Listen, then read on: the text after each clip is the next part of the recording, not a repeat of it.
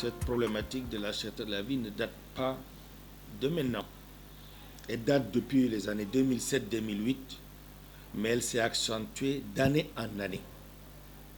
Et d'année en année, il n'y a pas eu de véritables mesures structurelles pour lutter contre ce fléau.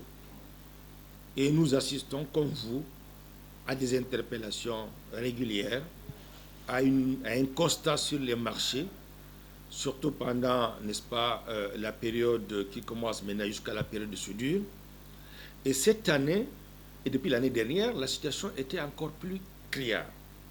De telle sorte qu'on n'assiste qu'à des réunions autour du gouvernement, mais qui ne font pas jaillir des mesures fortes qui puissent à la fois apporter un soulagement aux consommateurs et ni aussi on ne voit pas des actions structurelles qui vont réduire la dépendance du Tchad en termes d'offres alimentaires.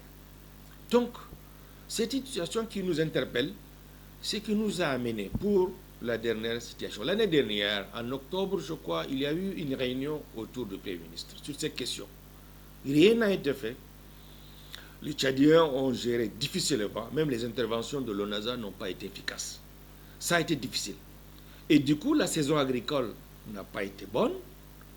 Et cela nous a amené, au vu de la crise de Covid, doublée de la mauvaise production agricole, déjà anticiper pour saisir les hautes autorités afin que des actions anticipatives soient prises pour atténuer les impacts. Parce que si aujourd'hui d'autres pays qui ont l'accès à la côte subissent cela, nous qui sommes enclavés, nos situations devaient être encore plus dramatiques. C'est pourquoi nous avons pris le devant pour alerter. Malheureusement, ça n'a pas suivi d'effet. Aujourd'hui, nous ne sommes même pas dans la période de soudure et nous sommes déjà dans une situation déjà de hausse des prix. C'est une situation préoccupante. On aurait dû agir très tôt, n'est-ce pas, pour approvisionner le marché. Lorsqu'on sait que la saison n'est pas bonne, on doit trouver, nous, les propositions que la DCA a faites, c'est simple. Il faut voir comment approvisionner le marché, voir avec des grands importateurs, s'il y en a, négocier des quotas avec les pays qui ont des stocks importants avant même la situation de l'Ukraine. Malheureusement, nous sommes devant une situation aujourd'hui de fait et nous sommes encore plus inquiets que les mois à venir risquent d'être encore plus dramatiques pour le pays. Et je pense que la question de la cherté de la vie, nous on est arrivé à une conclusion, c'est que le gouvernement n'accorde pas une priorité à la lutte contre la cherté de la vie. Et pourquoi? Sinon, que le gouvernement dise quelles sont les mesures qu'elle a prises depuis 14 ans, n'est-ce pas, pour sortir notre pays de cette situation. Il n'y a aucun mécanisme de suivi des stocks dans notre pays. Nous n'avons aucun stock de sécurité alimentaire. Nous n'avons pas une politique de développement des filières agricoles sur le riz, sur le maïs, sur le sorgho, tous ces produits que les Tchadiens consomment. Le PNSA a été un grand échec. Nous avons besoin d'une évaluation de ces programmes avant de commencer à encore lancer de nouveaux programmes. Donc c'est une situation critique. Et les jours, pour nous, les mois à venir seront encore plus dramatiques.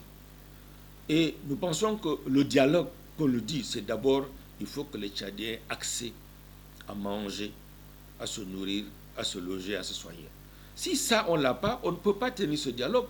On a l'impression que tout se focalise sur le dialogue, sur le Codni, sur Doha, mais jusqu'à ce que les gens réclament aussi des perdièmes. Mais alors, et les Tchadiens qui sont ici en train de mourir de faim, en train de vivre dans la misère. Je pense que cette question, et nous l'avons dit, nous avons écrit, la question de la cherté de la vie, c'est une question de justice sociale, c'est une question de paix sociale.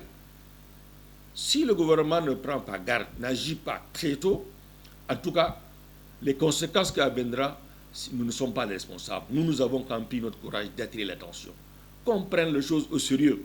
De la même manière qu'on approvisionne nos casernes, des armes, des munitions, des chars, il n'y a jamais eu de rupture, mais on ne peut pas comprendre qu'il y ait des ruptures aussi sur le plan alimentaire.